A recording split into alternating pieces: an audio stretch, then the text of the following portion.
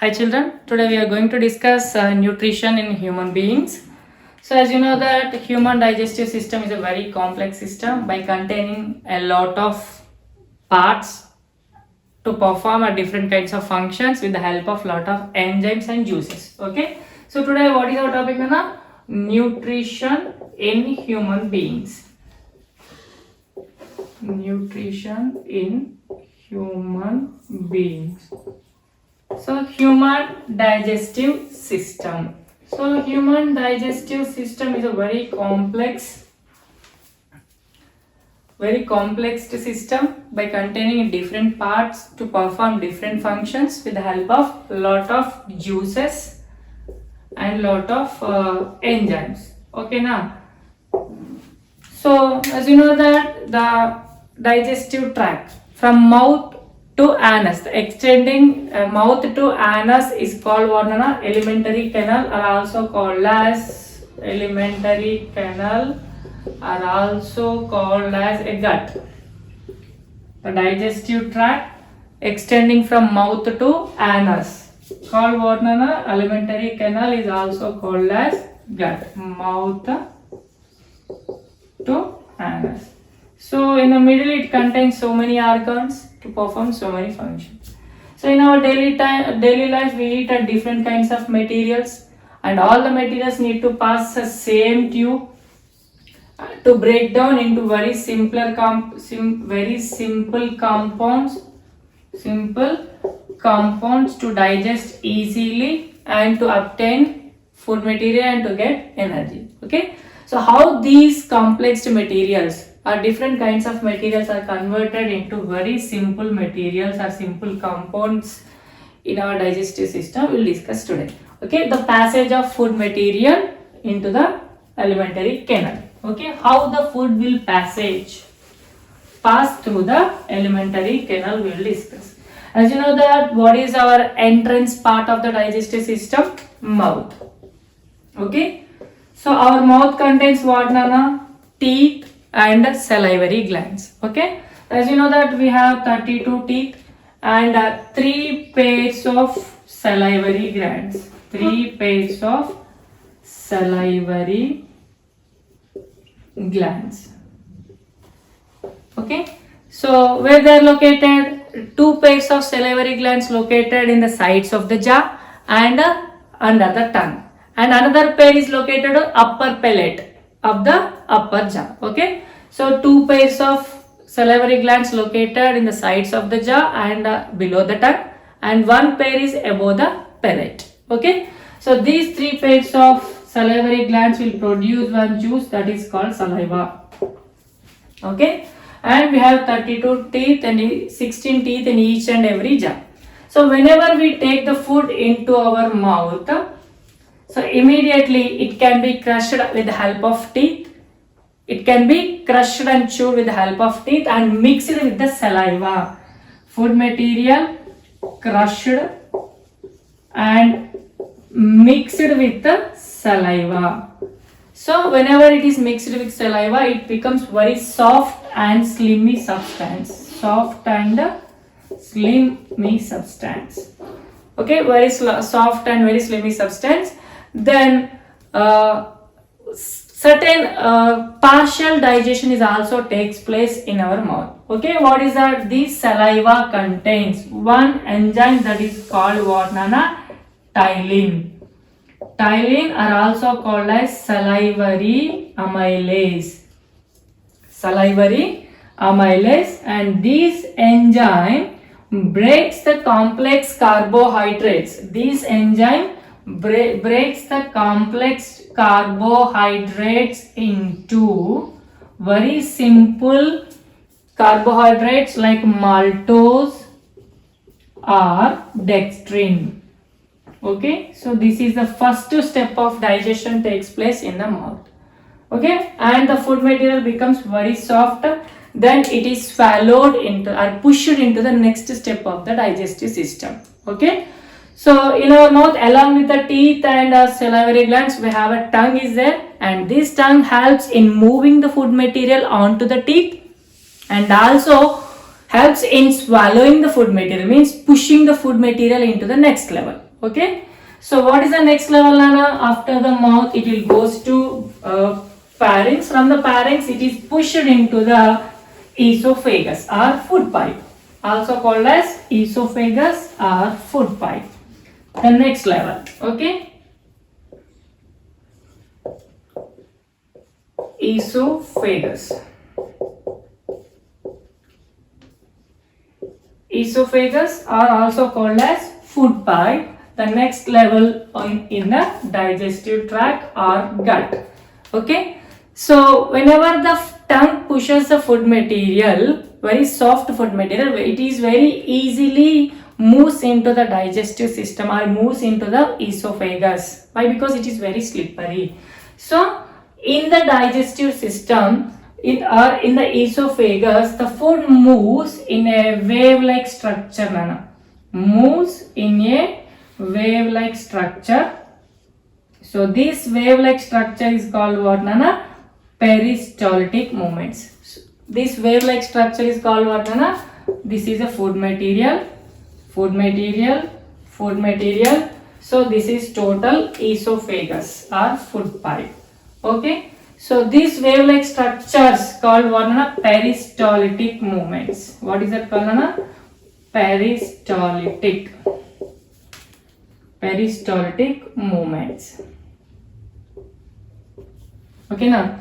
So wave-like structures are called peristaltic movements. Okay. Then the food is pushed into the stomach. The next level is what, Nana? Stomach. Here the food very easily moves. Why? Because it is already mixed with saliva, very slippery and soft. Okay. So here so many muscles are present in the esophagus. That muscles help in the movement of food material. Okay. Then the food is pushed into the next level of digestive system, that is called the stomach. That is called what, Nana? Stomach. So stomach is a sac-like structure, elastic in nature. It can hold the food and further digestion of the food takes place in the stomach. Okay. So from the mouth into esophagus. From the esophagus, it will enter into stomach. Okay.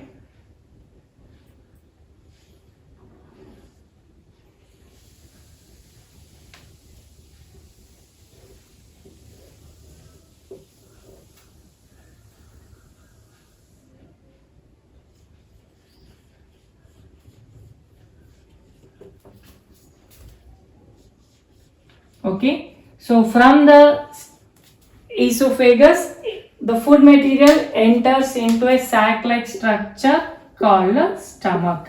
Okay, na? In the stomach glands will release what, Nana? This is a stomach. Stomach glands will release one juice that is called gastric juice. That is called what, Nana? Gastric juice. So this gastric juice contains what, Nana? Two liquids that is called, one is HCl, hydrochloric acid, to kill any harmful microorganisms in the food, and also it contains some enzymes. Gastric juice contains hydrochloric acid and enzymes. In that enzyme, especially the enzyme called pepsin.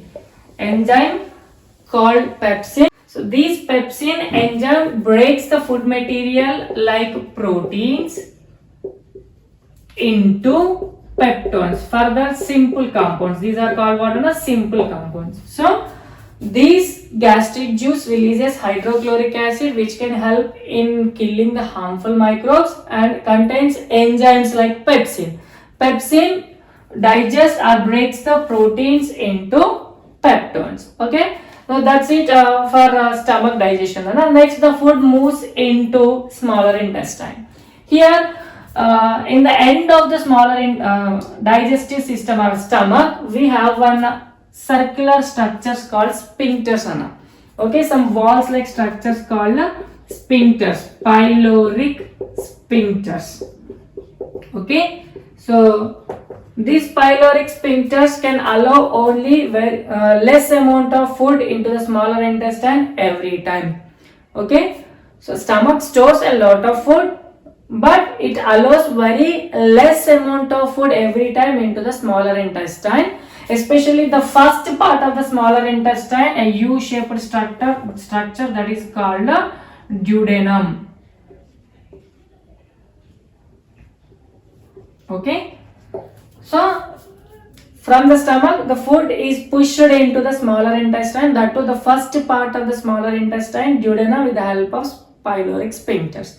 Every time the pyloric sphincters can push allow very less amount of the food material into the smaller intestine. Okay. Now the further digestion of the food material takes place in the smaller intestine. Okay. So here we have two glands. Okay. Liver and pancreas. Liver and pancreas will help in production of some juices, Nana. So liver juice is called what, Nana? Bile juice. Liver produces bile juice and pancreas produces what, Nana? Pancreatic juices.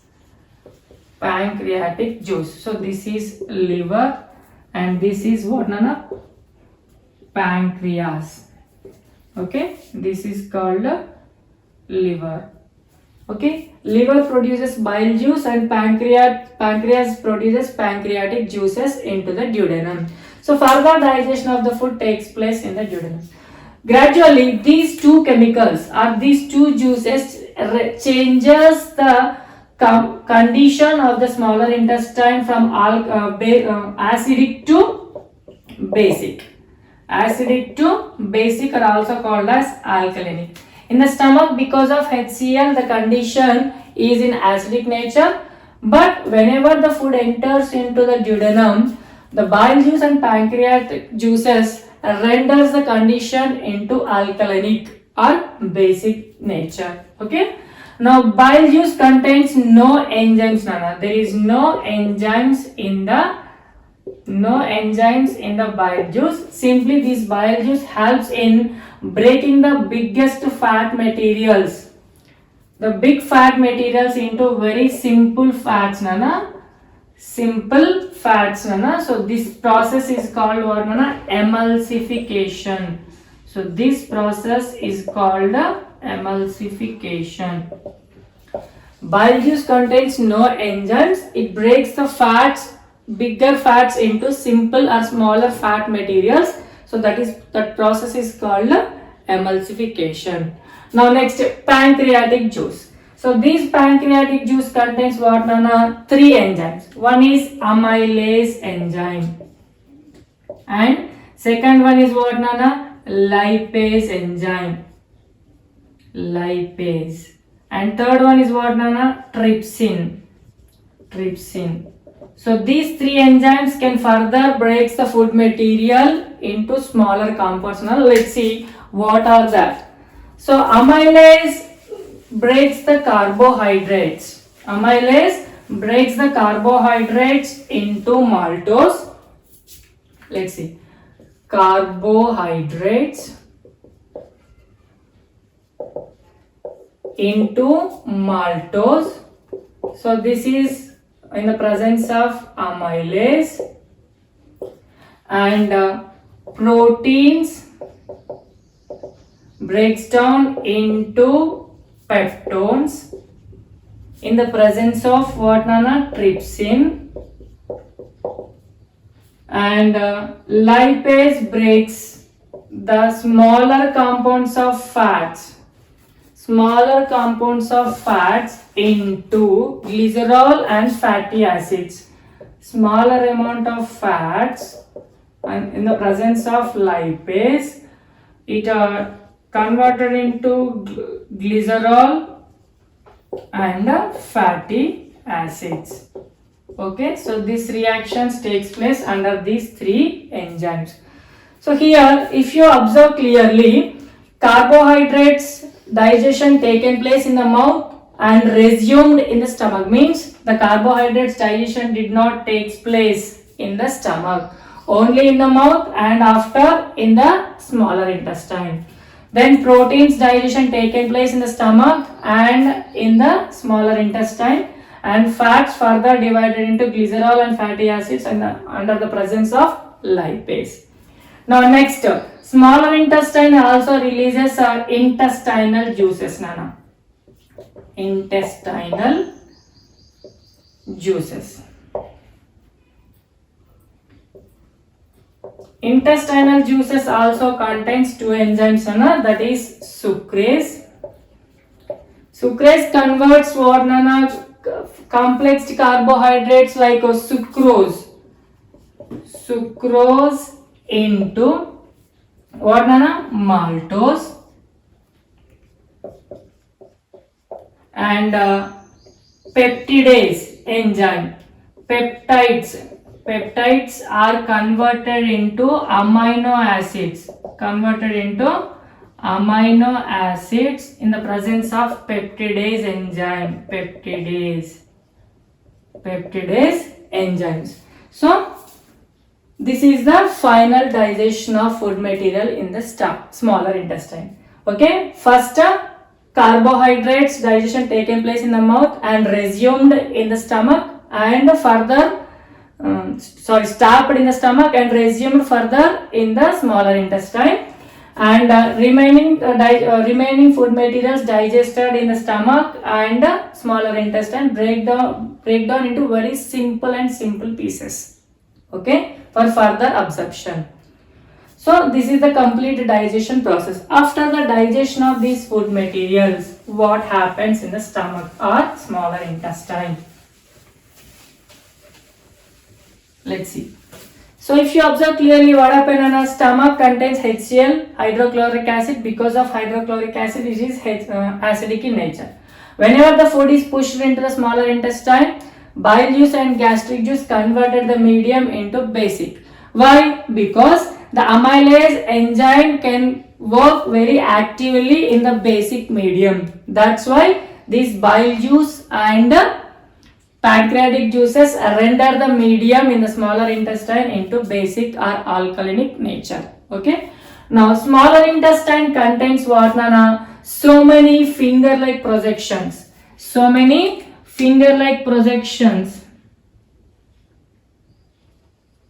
So these finger-like projections are called what, Nana? Villis. So these villis contains what, Nana? Number of blood vessels and lymph vessels. This is called a villi. Okay. So smaller intestine contains number of finger-like projections are called a villi. This villi contains lot of blood vessels and lymph vessels. Okay. These villis can increase the surface area of the smaller intestine for absorption. Now whenever the food material enters into the smaller intestine after the completion of digestion, the food particles, very simple and very small food particles, will enter into the villis. From the villis they enter into the blood vessels and lymph vessels, then further it enters into blood.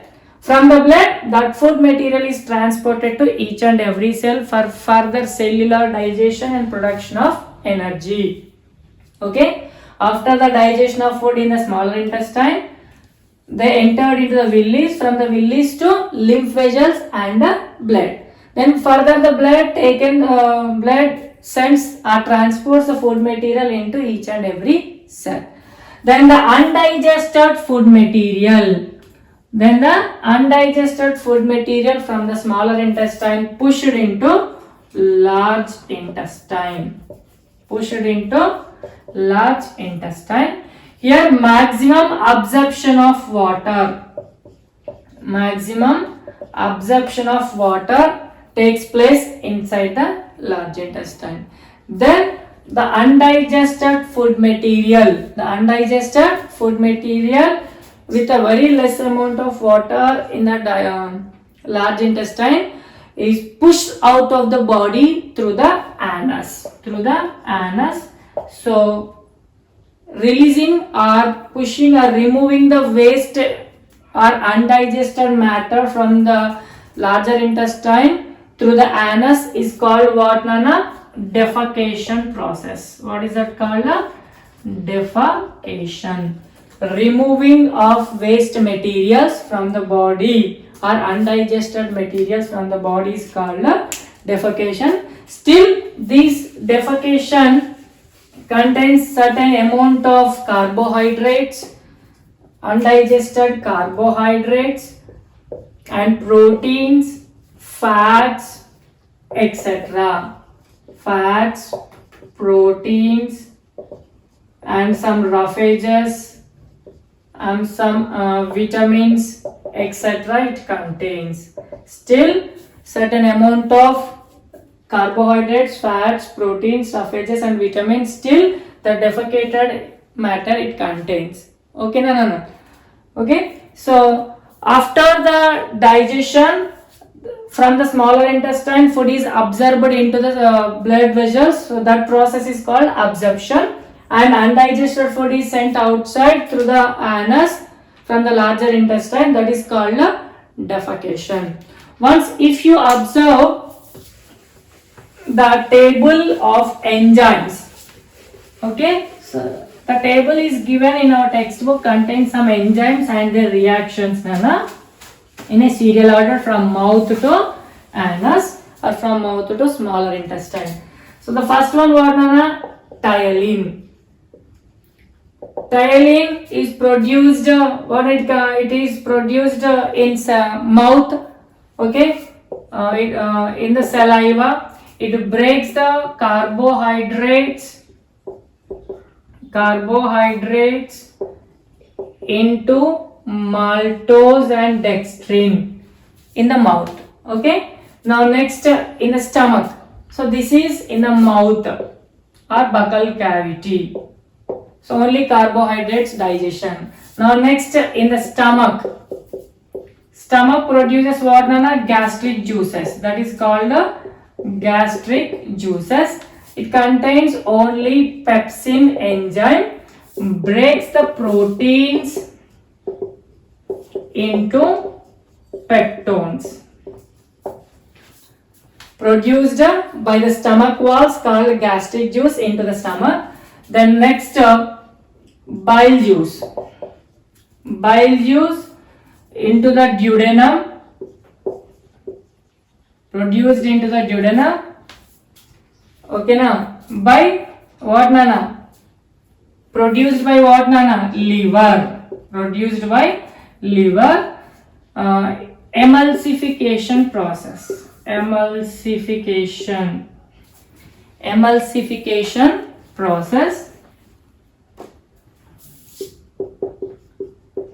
Emulsification means what, Nana? Breakdown of bigger fats into smaller fats. Next, pancreatic juice releases what, Nana? Amylase enzyme. Amylase into the duodenum. Again, produced by pancreas. So it converts the carbohydrates into maltose. Next, trypsin. Trypsin, same, duodenum by pancreas converts the proteins to peptones. Next, lipase, same, produced by duodenum, produced into the duodenum by pancreas, converts the smaller fats into glycerol plus fatty acids. Okay, next one what, Nana? Sucrose. Sucrase enzyme. Sucrase, smaller intestine. Smaller intestine. Intestinal juices, that is called intestinal juices, breaks the sucrose into maltose. Sucrose into glucose, sucrose into glucose. Finally, the peptidase. Peptidase enzyme, same, smaller intestine, converts the peptones into amino acids. This is the complete chart of enzymes, releasing places and juices, and acts on which materials and what are the end products. Now if you observe once the flow chart of digestive system, from where it starts and from where it ends, a flow chart we can draw here, Nana.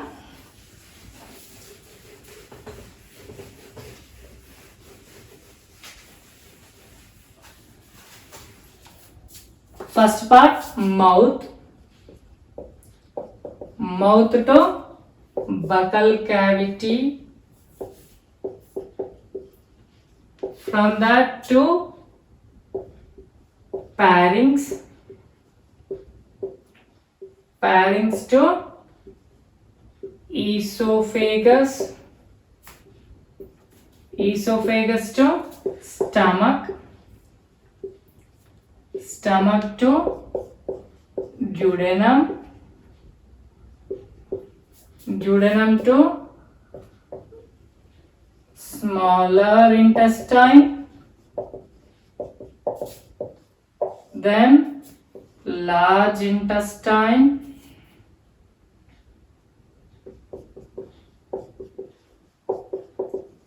to anus. Here we can also draw two glands, liver and pancreas. So this is about human digestive system and how the food can be ingested and how the digested and how it is defecated. We discussed completely. And a small change or correction in the previous topics, Nana. So while we are discussing about Daniel I.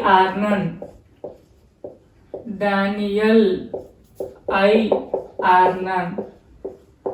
So he extracted chloroplast by breaking the cell gently in the year 1954. So in the previous class we discussed it is as a 1953, Nana. So change it. So that is not correct. And in the case of Pelletier and Cavendish, so they extracted chlorophyll in the year 1817, but in the previous class we discussed it as 1813. So change it is also. And one more important thing, Nana, Julius Van Sachs, he identified the exact location of chlorophyll. It is not spreaded in the entire cell, it is located in the cell organelle like chloroplast. He discovered it is after the 6 decades of Cavendish and Pelletier, it is in the 1883. In previous class we have discussed it is as a 1873. Okay, so these are the changes you can observe.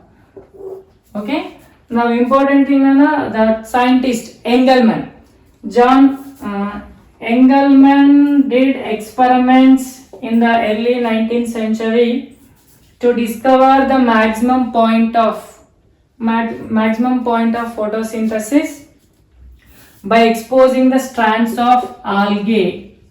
To the different colors of light, that is VIBGR, and he introduced oxygen sensitive bacteria, but they are crowded around the algae whenever the blue and red rays are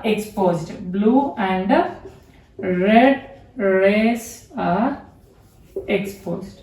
Okay, so that's it for today's. And if you have any queries and doubts regarding the subject, please comment and I will get back to you with the next topic. Thank you.